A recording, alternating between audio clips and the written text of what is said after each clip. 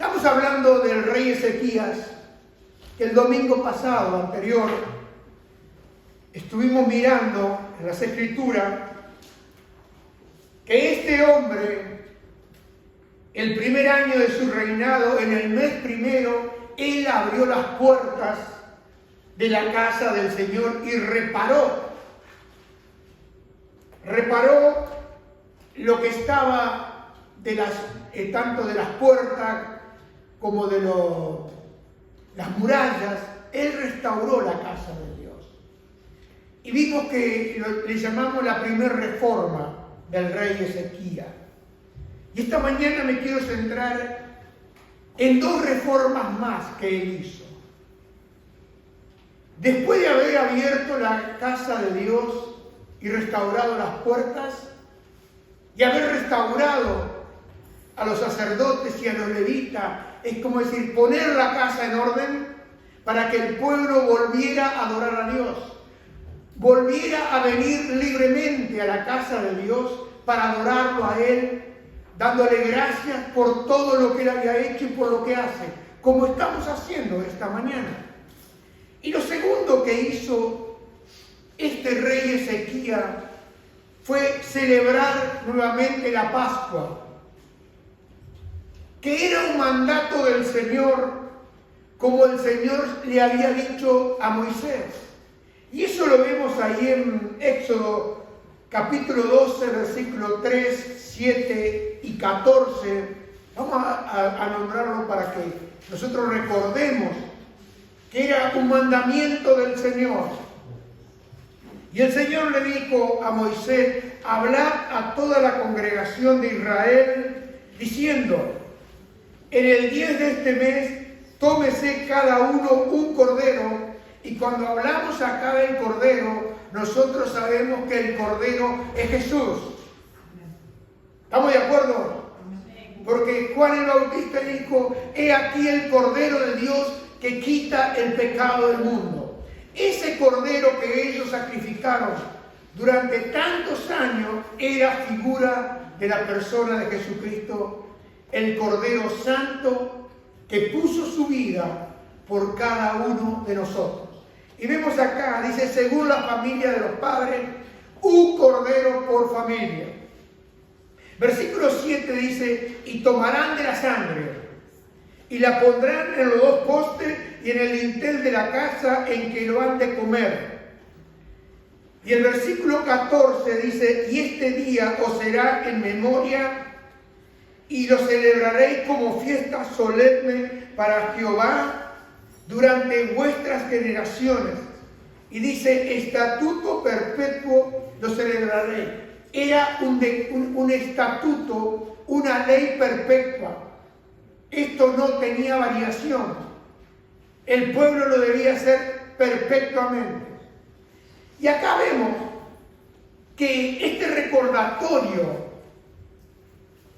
de la Pascua para el pueblo de Israel era el recordatorio de la salida de Israel cuando estaba en esclavitud en Egipto.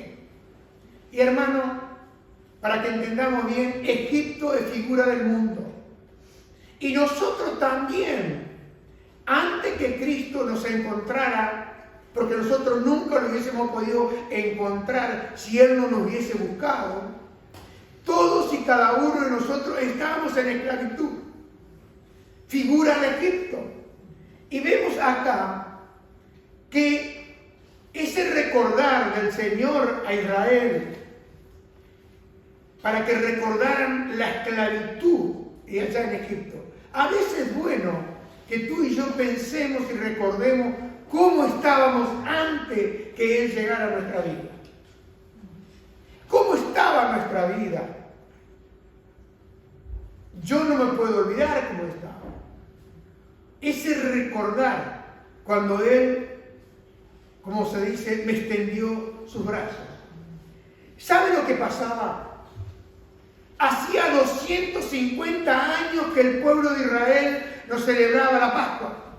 Dígalo conmigo, 250 años que el pueblo de Israel no celebraba la Pascua. Mire si había pasado tiempo. 250 años.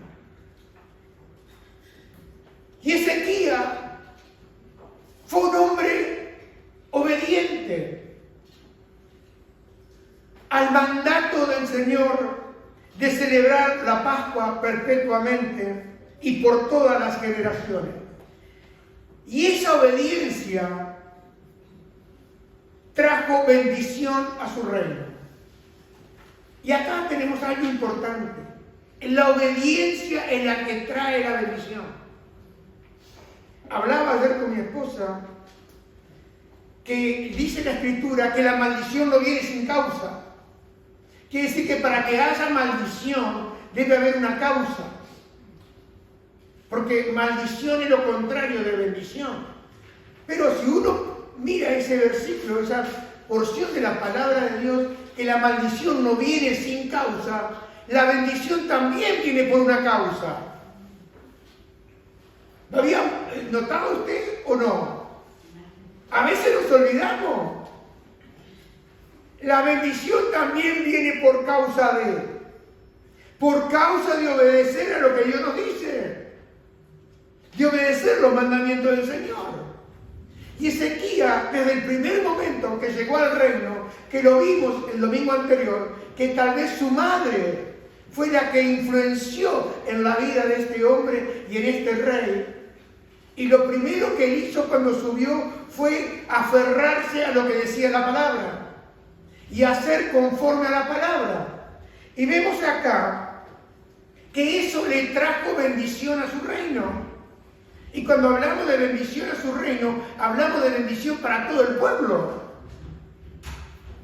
para todas las personas. Porque Ezequías, el nombre significa Jehová fortalecido. Dios lo fortaleció a este hombre porque él obedeció. A veces nosotros estamos tan débiles en la fe porque estamos desobedeciendo. No estamos obedeciendo lo que el Señor nos dice o nos ha dicho en el pasado. Y podemos estar como estaba el pueblo de Israel, 250 años sin cumplir el mandato del Señor. Porque yo le hago una pregunta. ¿Cuánto tiempo quizás hace que usted no va a la cruz? ¿Cuánto tiempo hace que usted no mira a aquel que fue crucificado? Porque a veces pueden pasar los días, los meses, sin hacer memoria. Y hablo memoria y con todo nuestro corazón, para recordar el precio de mi vida. El precio que Cristo pagó por mi alma. Y nos llevamos nosotros apuntados.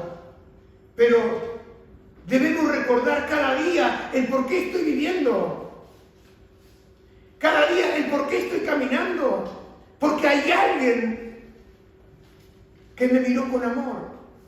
Ese es el Señor Jesús. Y el pueblo de Israel se había olvidado. Y él comenzó de esta manera, recordando y haciendo lo que Dios le había dicho. ¿Saben? Nosotros como cristianos también debemos ser obedientes a los mandamientos del Señor. Porque vemos acá al rey Ezequías que él envió cartas por todo Judea y por todo Israel. Las cartas para que vengan a Jerusalén a celebrar la Pascua. Debemos recordar también esto, que cuando el rey Ezequías, el rey de Judá, hizo la invitación a todos, al reino del norte y al reino del sur, que era el reino de Israel y el reino de Judá, ya la porción del reino de Israel había sido llevada cautivo por el rey de Asiria. ¿Me explico? Ya estaban cautivos. Por eso acá el rey Ezequías les envía esta carta, que estaban motivadas por la verdad y por el amor. Y el mensaje del rey contenía una exhortación a volver al Señor y a arrepentirse. Y la invitación con amor de que vengan a celebrar nuevamente la Pascua a Jerusalén. Porque Jerusalén era el lugar que Dios había determinado para que vengan. Es como decir, nosotros cada uno tenemos un lugar donde nos congregamos, donde venimos y estamos como una familia en Cristo Jesús. ¿Por qué no puede ir acá, puede ir allá, usted vaya donde quiera? Pero uno tiene un lugar donde Él lo puso, en ese lugar. Y ellos tenían un mandato del Señor de venir a Jerusalén y subir cada año para celebrar la Pascua al Señor. Y dice, y eso lo harán perpetuamente. No había cambio. Sea el rey que sea. ¿Qué pasa? Que muchos reyes ignoraron esto. Y así le fue.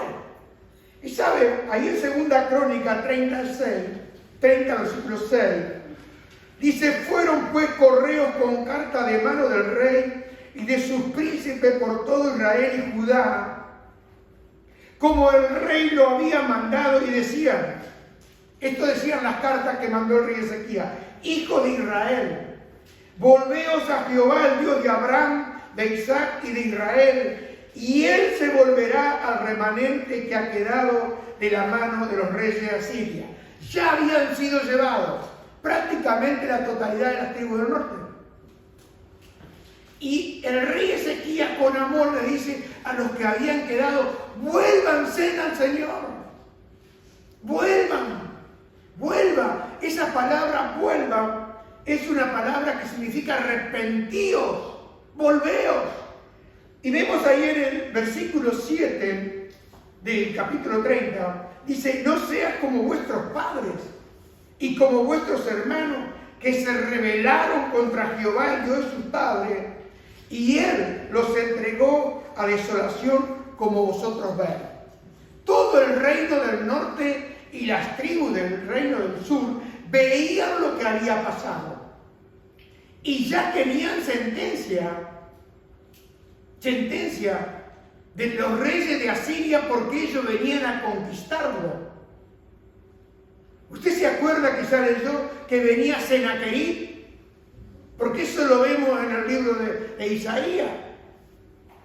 Lo que hizo el rey Ezequías. Entonces él llamó y hubo un tremendo avivamiento en Jerusalén, en Israel. Y vemos acá en el versículo 8 que dice, no endurezcáis, pues ahora vuestra servís como vuestros padres.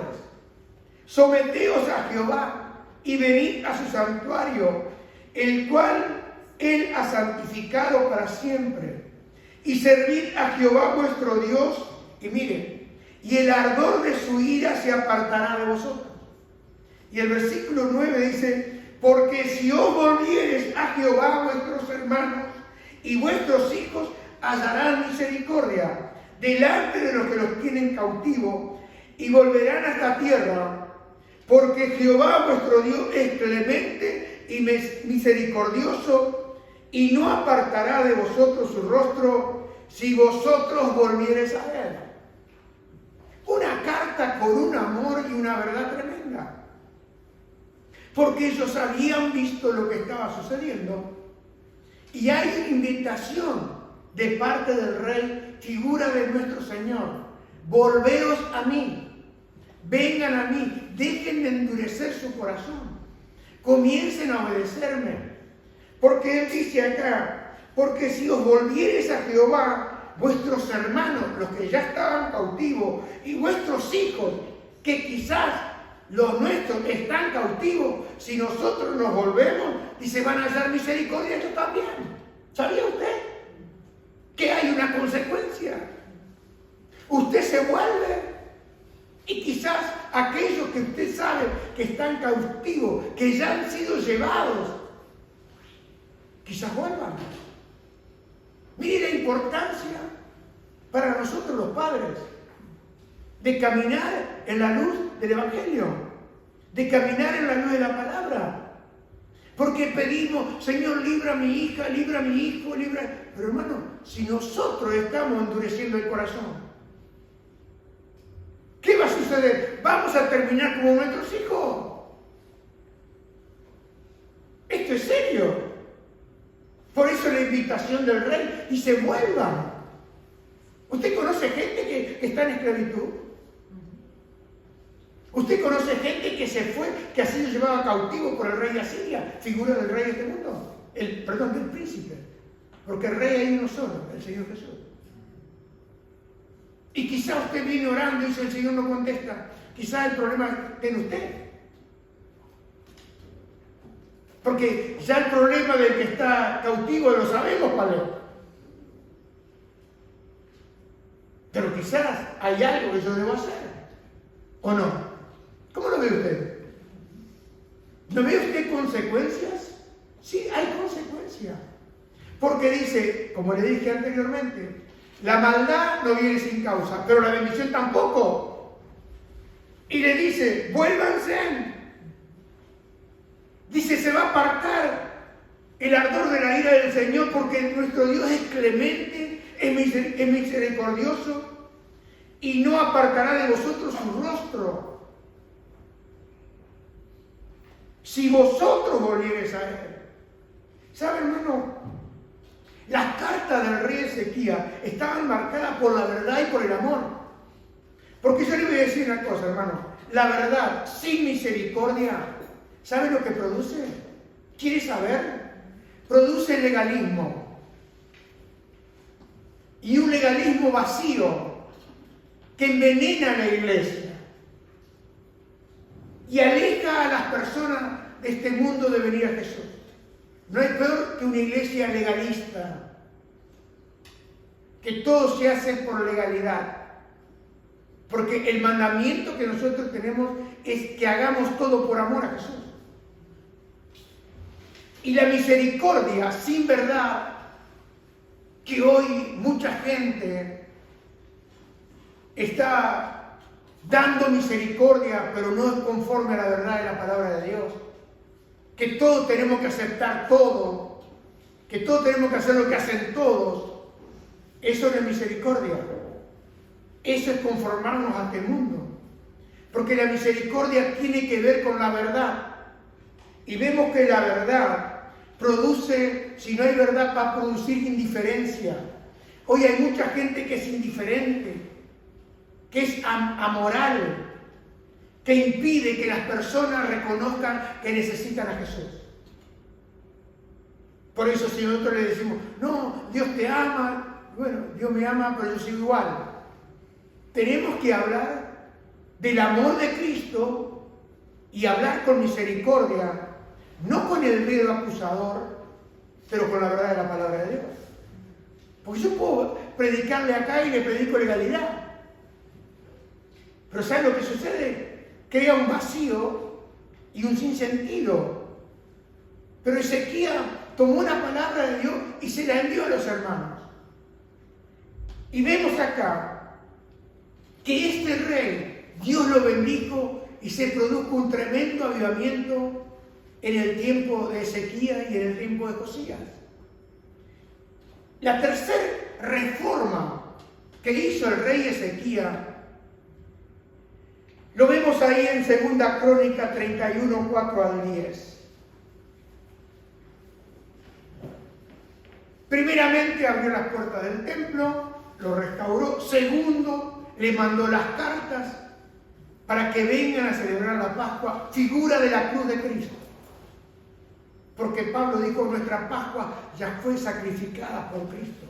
La ofrenda del único Cordero Santo, puro y sin ninguna mancha. ¿Amén? ¿Estamos de acuerdo? Amén. Bueno, ahora después de restaurar la casa, después de haberlo llevado a la cruz para ponernos nosotros, después de haber vuelto y arrepentidos, después de haber sido lavados por la sangre de Jesús, viene la tercera reforma. ¿Quiere saber cuál es la reforma? Mire, tercera reforma. Motivó al pueblo a dar nuevamente, a dar los diezmos, a traer las ofrendas para la casa de Dios. Y mire lo que dice el 31, 4 al 10.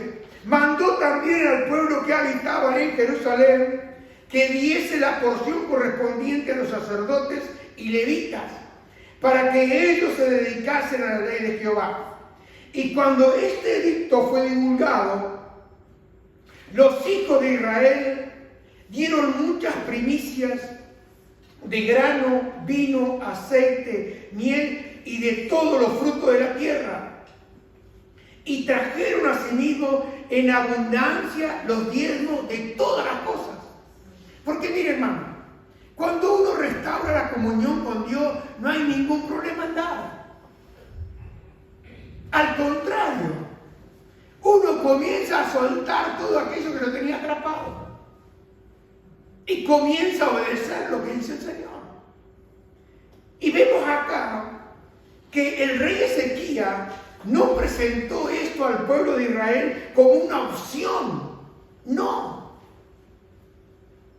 Él le mandó a cumplir con las obligaciones bajo la ley de Moisés, a mantener el sacerdocio a través de los diezmos. Y ahí en número 18:21 está hablando Moisés, que el Señor le había revelado a Moisés. Y dice, he aquí, yo quiero que usted lo vea bien, he aquí, es como decir, miren aquí, yo he dado, díganlo conmigo, yo he dado a los hijos de Leví todos los diezmos en Israel por heredad, por su ministerio, por cuanto ellos sirven en el ministerio del tabernáculo de reunión. Acá vemos que Dios ordenó que los diezmos, una donación del 10% de los ingresos, fueran entregados a los levitas para su sustento. Y el Señor dijo, he aquí he dado. ¿Por qué? Porque le pertenecían al Señor. Por eso, mire, yo sí había estudiado esto. Cuando nosotros nos convertimos, nunca le dimos el diezmo al pastor. Nunca le dimos el diezmo a la iglesia. Siempre se lo dimos al Señor. Y nadie nos dijo que era así. Y yo, mire, estudiando ahora, y he hablado con algunas personas, nosotros no se lo damos a la persona que está delante. Se lo damos a Él. Y acá lo tiene en la Escritura. Y se lo voy a seguir explicando. El Señor dijo, yo he dado porque le pertenece al Señor, pero el Señor se lo daba a los levitas. Yo se lo entrego al Señor y el Señor le entregaba al sacerdote o a los levitas. Un ejemplo. Cuando Israel no daba los diezmos, no le estaba robando al levita. ¿A quién le robaba? Por eso es lo que dice ahí, le estaban robando al Señor. Por eso Malaquías, ahí en capítulo 3, versículo 8 al 10, en la versión de la TLA, dice, yo le respondo, porque ellos decían, ¿en qué te hemos robado, no? Dice, no es fácil que alguien me robe, dice el Señor, en esta traducción de la TLA. Sin embargo, ustedes me han robado. Todavía se atreven a preguntarme, ¿y qué te hemos robado? Pues escúchenme bien. Me han robado porque han dejado de darme el diezmo y la ofrenda. Todos ustedes como nación me han robado. Por eso yo los maldigo a todos ustedes también como nación. Traigan a mi templo sus diezmos y échenlos en el cofre de las ofrendas. Así no le faltará alimento. Pónganme a prueba en esto, dice el Señor, y verán que abriré las ventanas del cielo y les enviaré abundante lluvia. Acá vemos que Dios recibía el diezmo del dador y se lo daba al levita, pero siempre a Dios. Y hoy en día, hermano y amigo, muchos piensan que el diezmo ya no se debe dar. ¿Y por qué? ¿Saben por qué? Porque era para mantener al levita en el Antiguo Testamento. Y estamos de acuerdo. ¿O no? Porque a veces nosotros escuchamos lo que nos conviene. Porque somos rácanos. Somos codos. ¿Me entiendes? Entonces nos vamos acomodando a ver qué es lo que más me conviene. Pero yo le voy a, esta mañana, y en este tiempo yo le estoy hablando, Porque usted se acuerda de lo que el Señor, yo le vengo contando lo que me dijo. Que no me iba a poner más carga, pero que enseñara doctrina. Esto es doctrina. Es enseñar una verdad a través de la comprobación de la palabra de Dios. Y siempre tiene que ser conforme a la palabra de Dios. Porque si no, yo puedo agarrar y torcer la palabra. Y lo dice el apóstol Pedro, para mi propia perdición. Quiere decir que yo le estoy hablando con verdad y con amor como hizo el rey Ezequiel. Por eso me identifico con el rey. Y vemos acá que en el Nuevo Testamento no se hace mención de los diezmos. Dice, yo sabía que venía por ese lado. Pero espérese. No se hace mención de los diezmos como una orden, bajo ley. Porque para el pueblo de Israel era ley. Por eso había venido la maldición. Porque estaban quebrantando la ley y le estaban robando a Dios. Por eso, 250 años. ¿Sabe lo que pasó cuando cerró la puerta el rey Acab? Se fueron todos los levitas, se fueron todos los sacerdotes, se fueron todos, dejaron todo el ministerio. Porque no había cómo mantenerlos, cómo mantenerse. Se fueron a trabajar, cosa que Dios le había dicho que Él era la herencia que ellos tenían. Que Él les iba a dar. Y como el pueblo no era de Dios, se tuvieron que ir a trabajar. Por eso cuando viene la reforma de Ezequiel, lo primero que hace es restaurar lo que estaba todo arruinado. ¿Me entiende o no me va entendiendo? Volvió a llamar a los sacerdotes, volvió a llamar a los levitas y puso la casa en orden. Pero todo, el primer orden, abrió la casa. Segundo, la Pascua. Y tercero, la orden de dar para mantener el ministerio. Muy bien. Cuando nosotros vemos que en el Nuevo Testamento no hay una ley como estaba en el Antiguo Testamento. Pero el Nuevo Testamento hace mención al diezmo no como una orden, pero verdaderamente habla del diezmo con una luz que es muy positiva cuando uno lo hace de corazón. Y ahí lo vemos en Lucas 11 al 42, en la TLA, por eso lo pongo acá. En la TLA, ¿sabe por qué? Porque hay palabras que son más sencillas para nosotros. Y dice, ¿qué mal les va a ir? Ustedes se preocupan por dar a Dios como ofrenda la 10ª parte de las legumbres, de la menta y de la ruda que cosechan en sus terrenos. Pero no lo aman, ni son justos con los demás. Y dice, deben dar a Dios la 10ª parte de todo, pero sin dejar de amarlo y sin dejar de ser justo. Estas palabras son palabras de Jesús. Porque Él le hubiese podido decir, dejen de diezmar todo. Dejen de traer el diezmo de la ruda, dejen de traer el diezmo del eneldo. Pero Jesús entró en el amor.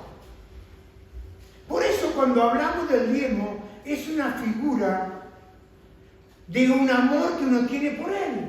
Es una manera de adorar a Dios.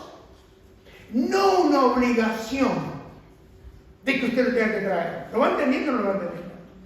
Ahora vemos, el diezmo no es un principio que dependa de la ley de Moisés. Se lo vuelvo a repetir, que acá está la controversia, ¿no? Entre unos que dicen que sí, entre otros que dicen que no. Pero le quiero decir que el diezmo no es un principio que dependa de la ley de Moisés. ¿Por qué? Porque en el libro de Hebreos, capítulo 7, versículo 5 al 9, también vemos la TLA, dice, de acuerdo con la ley de Moisés, Si un sacerdote pertenece a la familia de Leví, tiene derecho a recibir la 10ª parte de todo lo que gana el pueblo. No importa que el sacerdote sea del mismo pueblo o familia, todos por igual tienen que dar la 10ª parte. Versículo 6. Aunque Melquisedec no pertenecía a la familia de Leví, recibía la 10ª parte de lo que había ganado Abraham. Porque a todos nos gusta la bendición de Abraham. ¿O no? Amén. Tenemos promesa de la bendición de Abraham. ¿O no? Amén. ¿Pero qué sucede? Estamos fuera. Y dice, recibía la 10ª parte de lo que había ganado Abraham, a quien Dios le había hecho promesas. Melquisedec bendijo a Abraham.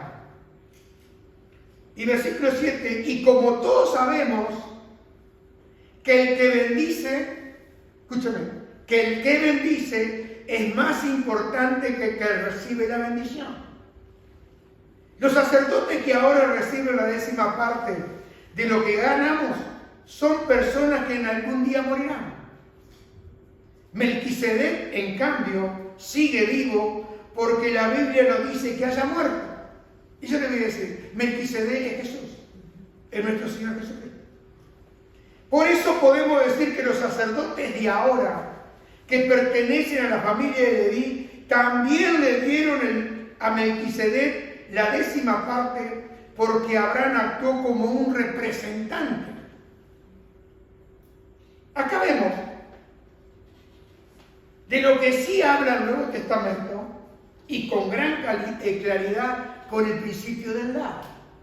Porque se acuerda que Abraham, cuando vino de derrotar a los reyes de Sodoma y de Gomorra, él, ¿qué hizo él? Le dio los diezmos a Melquisedec. Eso fue mucho antes de la ley. Y Dios tuvo que ponerlo con una ley, porque dice que la ley vino para mostrar que hay pecado. Nada más. Porque si no hay una ley, no hay infracción. Y vemos que acá, que Abraham aparece ahí, le da los diezmos a Melquisedec. ¿Saben, hermano? Acá en el Nuevo Testamento hay un principio muy claro, que las ofrendas deben ser regulares, que las ofrendas deben ser planificadas, que las ofrendas deben ser proporcionales a lo que uno gana y que las ofrendas deben ser privadas. ¿Entienden? Yo no tengo que andar diciendo, bueno, yo no. Eso es algo que usted le da al Señor. Mire, yo estuve en una iglesia desde que me convertí 14 años. Nosotros cuando nos fuimos de la iglesia porque el Señor nos trajo para acá, nunca preguntamos qué hicieron con mi dinero, porque nunca le di una moneda a la iglesia. Y dice, ¿cómo? Siempre se lo dimos al Señor. Y cuando usted le da algo al Señor, no tiene que andar preguntando qué hicieron. El responsable de recibirlo tendrá que responder.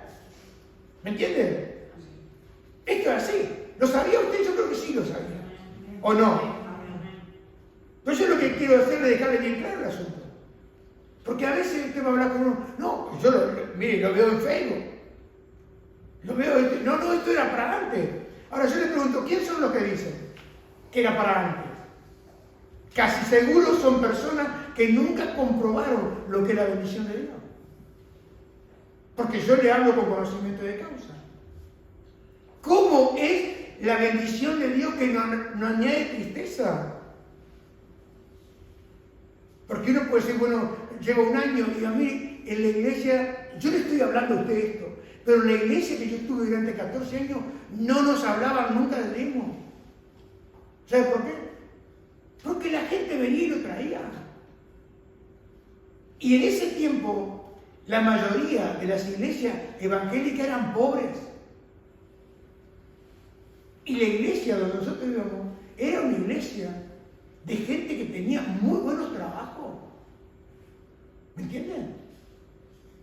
En ese tiempo uno veía la diferencia. Y nadie, uno veía que la gente, así como uno ve que se levantaba la gente, y nosotros empezamos a hacer lo mismo. ¿Y sabe lo que teníamos nosotros? Teníamos un negocio muy grande. Y podíamos hacer la de la niña y Zafira. Darle una parte por si las moscas. ¿Se acuerdan que hizo la niña y Zafira? Vendieron el terreno y acordaron entre Jorge y Diana, le vamos a dar una parte del terreno, no va a ser que las cosas cambian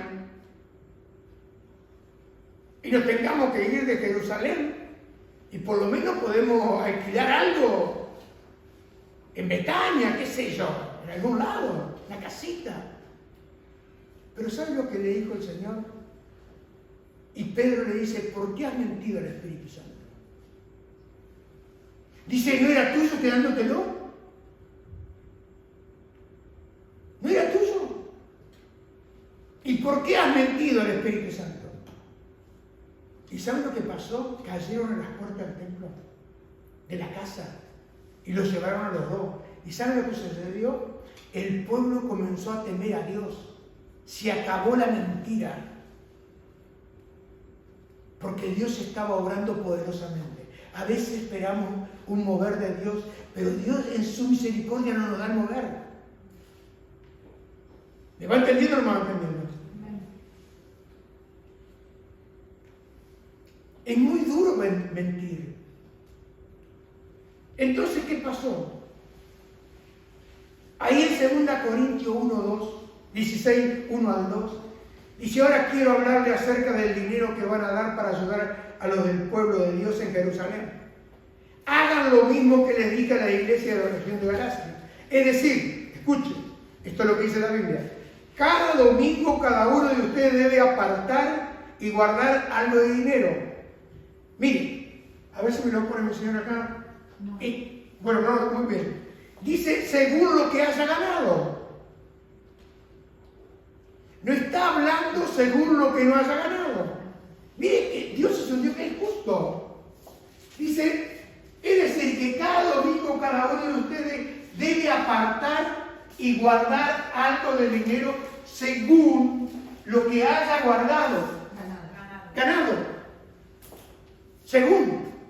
Entonces vemos acá que Dios ve a aquel hombre y a aquella mujer que son generosos y que dan en libertad y con gozo. Ahí en 2 Corintios 9, 5 al 10, el apóstol Pablo dice, por eso he creído necesario mandar a estos hermanos antes que yo vaya a verlo. Ellos pueden ayudarlo a juntar la ofrenda que ustedes prometieron. Así ustedes mostrarán que dan con gusto y por amor y no por obligación. Eso es lo que tiene el Nuevo Testamento. Usted es libre. Usted no necesita diezmar si usted no quiere. ¿Entienden? No se va a salvar por diezmar. Porque no es una ley. Estamos bajo la gracia. Yo se lo quiero dejar bien claro. Pero, ¿qué dice? ¿No tenemos que dar con tristeza? Quiere decir que si el pastor lo obliga a usted, yo creo que el pastor está infringiendo ahí algo. Y hoy le digo más. Eso se hace mucho, ¿eh? ¿Usted lo ha visto por ahí? ¿Lo ha escuchado? Porque yo lo que estoy enseñándole para que sea bendecido. Porque hoy tiene 40 o 50 años y yo tengo unos cuantos más que usted, ya no digo ni la edad, ¿no? Pero he visto el beneficio. Momentos de apretura, sí, porque me ha hecho tanto bien. Porque me hace recordar que lo que tengo me lo da Él. Y hay veces que uno medio se despista y un poco, hasta que después uno entiende que solamente es Él quien abre y quien cierra. Y Él lo colma de bendición y de bien. Entonces vemos acá esta palabra que dice, quiero que lo lea iglesia, a ver, ¿qué dice? Fuerte. Dios ama más que dar y a ver. usted antes de salir de su casa, si ya tiene el yacaré adentro, acá, y si mete la mano, usted tiene miedo que lo muerda. Yo el consejo que le doy, no traiga nada. Porque el yacaré le puede que romper la mano. Guárdeselo, cuídelo, hágala de nariz afía, guarden por las dudas. No se les dé. Y mire, están justo el diezmo, porque ahora vamos a ver una cosa. Pablo le dice, el versículo 8 dice, Dios puede darle muchas cosas a fin de que tengan todo lo necesario y aún le sobre. ¿A quién? Al que da con alegría, al que da con gozo, al que da por amor. Dice, así podrán hacer algo en favor de otros. Como dice la Biblia, refiriéndose al que es generoso. Acá hay una distinción para el generoso. Siempre que ayuda a los pobres lo hacen con generosidad, en todo sale triunfante. Mire qué promesa. Aquella persona que ayuda, en todo lo que hace, ¿qué sucede? Sale triunfante. Y dice versículo 10, Dios da la semilla al que siembra y pan que nos alimenta. Así que también le dará a ustedes todo lo necesario y hará que tengan cada vez más para que puedan ayudar a otros. Dios te va dando más. Y quizás usted lo ha comprobado, de que comenzó con una pequeña porción y llega el momento que usted cada vez le va dando más. Y cuando va a hacer los números dice, pero qué tremendo es esto. ¿No le ha pasado a usted? A mí me ha pasado y me sigue pasando hasta el día de hoy. Sorprendido. Y dice, para que tenga cada vez más. Porque la Escritura dice que aquel que tiene poco, menos va a tener. Y aquel que más tiene, más va a tener. Y uno dice, es injusto. No, Dios es justo. Porque el hombre que es generoso, Dios le puede dar mucho más. ¿Sabe por qué? Porque no lo tiene atado. Y al hombre y a la mujer que no es generosa, está pendiente de lo que tiene, pero no está pendiente de Dios. Y es como que no está reconociendo que el que le da todo es Él, porque Él es el que da semilla. ¿Me entienden? A veces nosotros podemos hacer esta pregunta, quizá usted ya la ha hecho. Si mi pregunta es, ¿cuánto es lo menos que yo puedo dar para agradar a Dios? A ver, vamos a hacer esta pregunta. Señor, ¿cuánto es lo menos que yo te puedo dar para agradarte? Una linda oración, ¿no? ¿La ve interesante usted? ¿Usted sabe que estas oraciones se hacen? ¿Cuánto es lo menos? Y yo quiero decirle que si eso es la oración de nuestro corazón, es un corazón que no está correcto. De preguntarle, Señor, ¿cuánto es lo menos que te puedo dar para agradarte? Quiere decir que lo quiere agradar, pero con poquito. El diezmo, hermano y amigo, no es obligatorio. Y usted dice, ¿por qué? ¿Quiere saber por qué? A ver, levante la mano. Así yo. ¿Sabe por qué no es obligatorio? Porque el diezmo es lo mínimo que usted puede dar. ¿Le puede dar un aplauso? Como dijo el Santiago. Alábele si puede. Alábele si puede. Porque es el mínimo. De ahí para adelante usted puede dar todo lo que quiera. La ley decía el 10. Pero nosotros no estamos bajo la ley, estamos bajo la gracia de Cristo. Y usted puede dar todo lo que quiera. Todo. A veces lo tratamos de, a ver si le torcemos el brazo al Señor.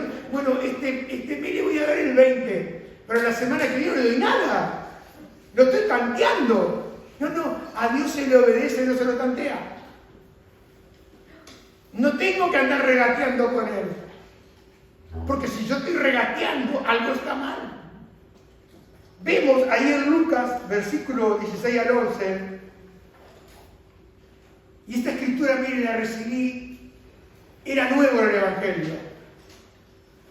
Dice, por tanto, si no habéis sido fieles en el uso de las riquezas injustas, ¿quién os confiará la riqueza verdadera? Lo entendí claramente sin que nadie me lo explique. ¿Quién me lo explicó? El Espíritu Santo. Siendo un hombre de negocio, jamás pensé llegar a ser pastor. Jamás pensé llegar a ser misionero. Jamás. No entraba en mi pensamiento. Pero ¿qué hicimos con mi esposa? Comenzamos a ser fieles con lo que llama la riqueza del mundo. Injustas. Porque muchas son justas, otras son injustas. Vamos a ser sinceros. Dice, y si usted no es fiel con eso,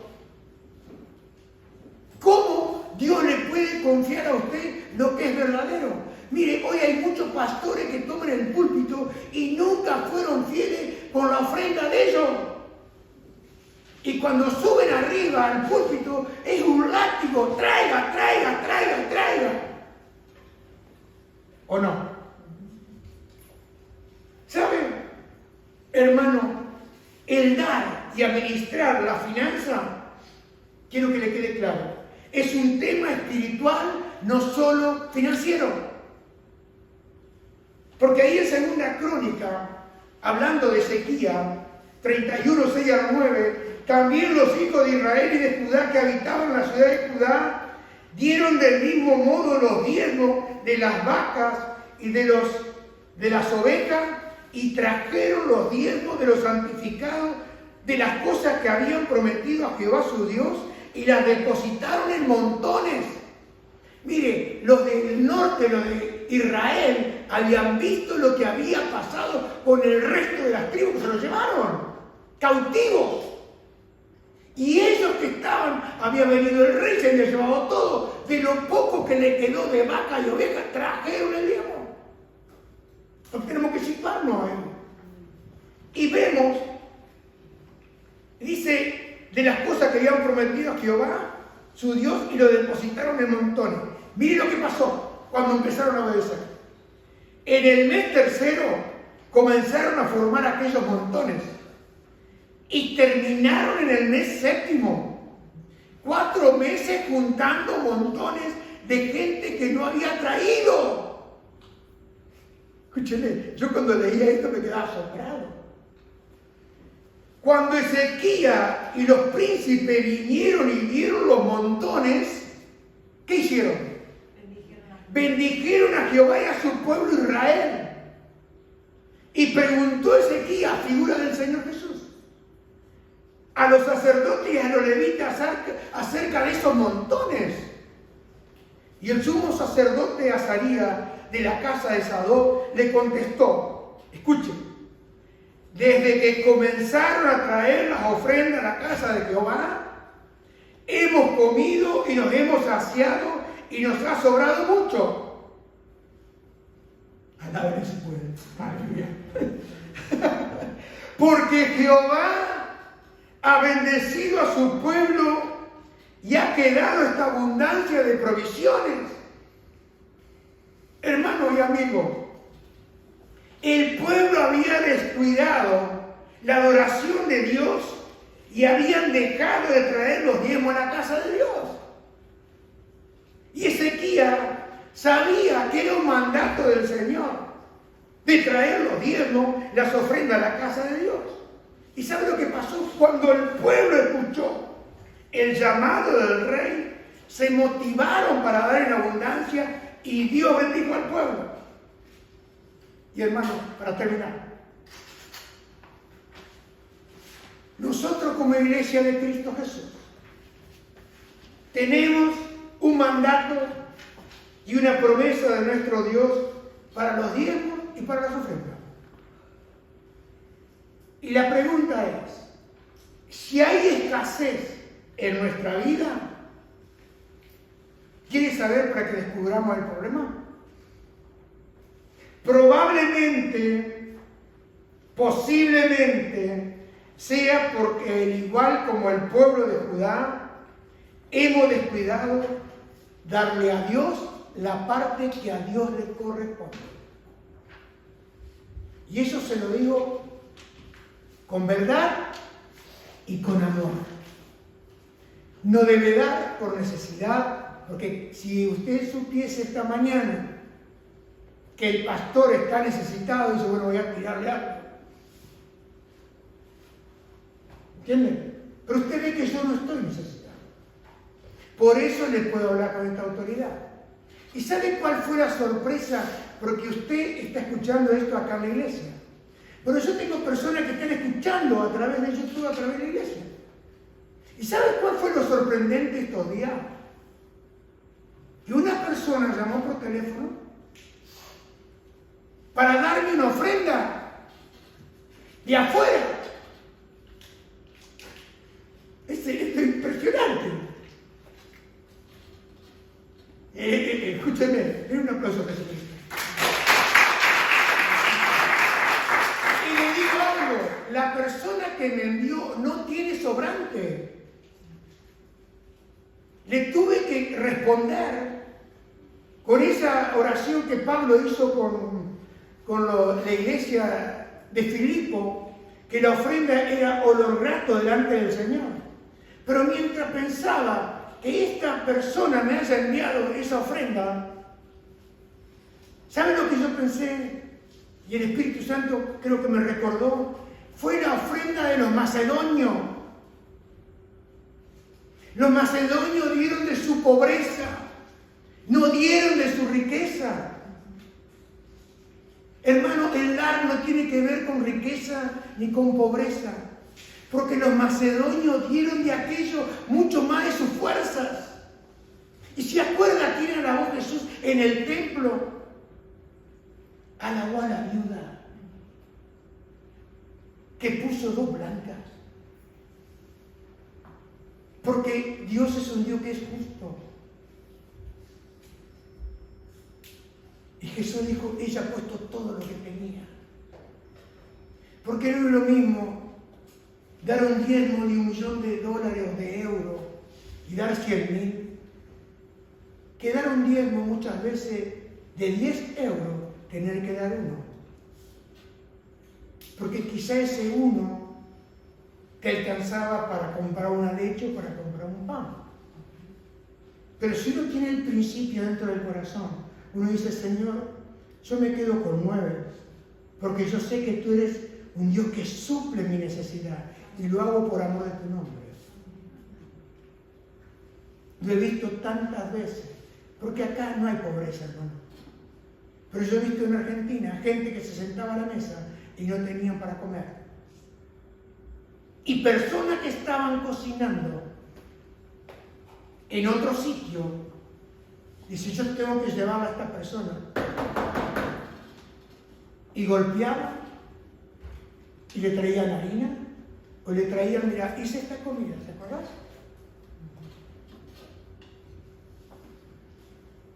Porque el pobre da más que el rico, hermano. Nunca crea que usted si tiene más mañana va a dar, si no puede dar. Yo lo que le puedo decir, como dice la Escritura, cada vez va a tener menos. Hermano, yo le estoy hablando esto. Y mi ruego, antes de llegar a este lugar, y durante toda la semana, es la oración que hizo el apóstol Pablo. Y la oración que hizo el apóstol Pablo a la iglesia de Éfeso.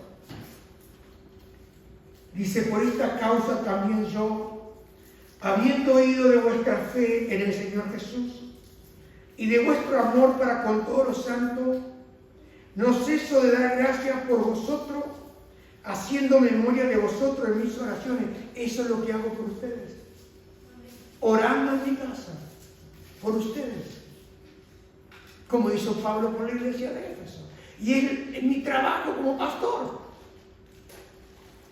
Y dice, la oración de Pablo, dice, para que el Dios de nuestro Señor Jesucristo, el Padre de gloria, os dé espíritu de sabiduría y de revelación en el conocimiento de Él, alumbrando los ojos de vuestro entendimiento, para que sepáis cuál es la esperanza que nos ha llamado, y cuál es la riqueza de la gloria de su herencia en los santos, y cuál es la supereminente grandeza de su poder para con nosotros los que creemos, según la operación y el poder de su fuerza, la cual operó en Cristo, resucitándolo de los muertos y sentándole a la diestra en lugares celestiales, sobre todo principado y autoridad, poder y señorío, y sobre todo nombre que se nombra no solo en este siglo, sino también en el venidero, y sometió todas las cosas bajo sus pies y lo dio por cabeza sobre todas las cosas a la iglesia, la cual es su cuerpo, la plenitud de aquel que todo lo llena en todo. Hermano, mi oración es que Dios te dé espíritu de sabiduría, es conocimiento de lo que tú debes de hacer, y que abra los ojos de tu entendimiento, y eso solo lo puede hacer el Espíritu Santo de Dios. Porque yo puedo predicarte todo el año, por activa y por pasiva, pero si Él no abre los ojos de mi entendimiento y no me da sabiduría, yo no puedo hacer nada. Lo único que puedo hacer es lamentar situaciones de muchas personas que tienen problemas, porque el problema en algún punto comenzó. Porque en el momento que tú comenzaste a obedecer, tú viste la diferencia. Y eso solamente te lo puede mostrar el Espíritu Santo. Por eso esta mañana, mi oración, el Señor abre los ojos. Y yo quisiera que usted ore también esta oración conmigo. ¿Quiere que oremos esta oración? Señor, abre mis ojos. Señor, dame entendimiento. Señor, dame conocimiento de tu palabra. Y pregúntele a Él, Señor, ¿es verdad lo que el pastor me está predicando? Yo le doy la libertad que usted le pregunte. Porque yo voy a ser juzgado por lo que yo le predico a usted. Porque como le dijo Pablo, yo no estoy buscando dádivas de ustedes. Estoy buscando que puedan tener abundancia en Cristo Jesús. Porque el dar no tiene que ver con lo financiero. Y he podido ver el crecimiento de personas que obedecen la palabra de Dios y que lo hacen. Y he podido ver el estancamiento y el embotamiento y la falta de deseo por la palabra de Dios. Pero cuando uno camina en verdad, David dijo, lámpara es a mi pie tu palabra, que alumbra mi camino. Y yo ruego otra vez este día, Padre, abre nuestros ojos y danos de tu sabiduría. Tu palabra dice que el que tiene falta de sabiduría, que la pida al Señor, el cual será amplio en darla. Y Señor, ayúdanos esta mañana. Espíritu Santo, solo tú puedes convencer mi corazón, porque tú eres el que abre los ojos de los ciegos. Señor, tú abriste los ojos del ciego Bartimeo. Y cuando vio, porque él dijo, tú le hiciste la pregunta, ¿qué quieres que te haga? Que recobre la vista. Y dice que al instante recobró la vista. Y cuando recobró la vista, dice que siguió a Jesús. Señor, amarte solo a ti Bartimeo decidió. Porque tú abriste los ojos de su entendimiento. Gracias, Jesús. Que tú eres el mismo ayer y hoy por los siglos. Porque tú no cambias. Señor, gracias por hablar a nuestro corazón. Y Señor, yo creo esta mañana que por el poder de tu palabra nuestros ojos se abren, nuestros oídos se abren para entender y aplicar tu palabra y hacer conforme a lo que tú hablas a nuestro corazón. Lo creo en el nombre de Jesús.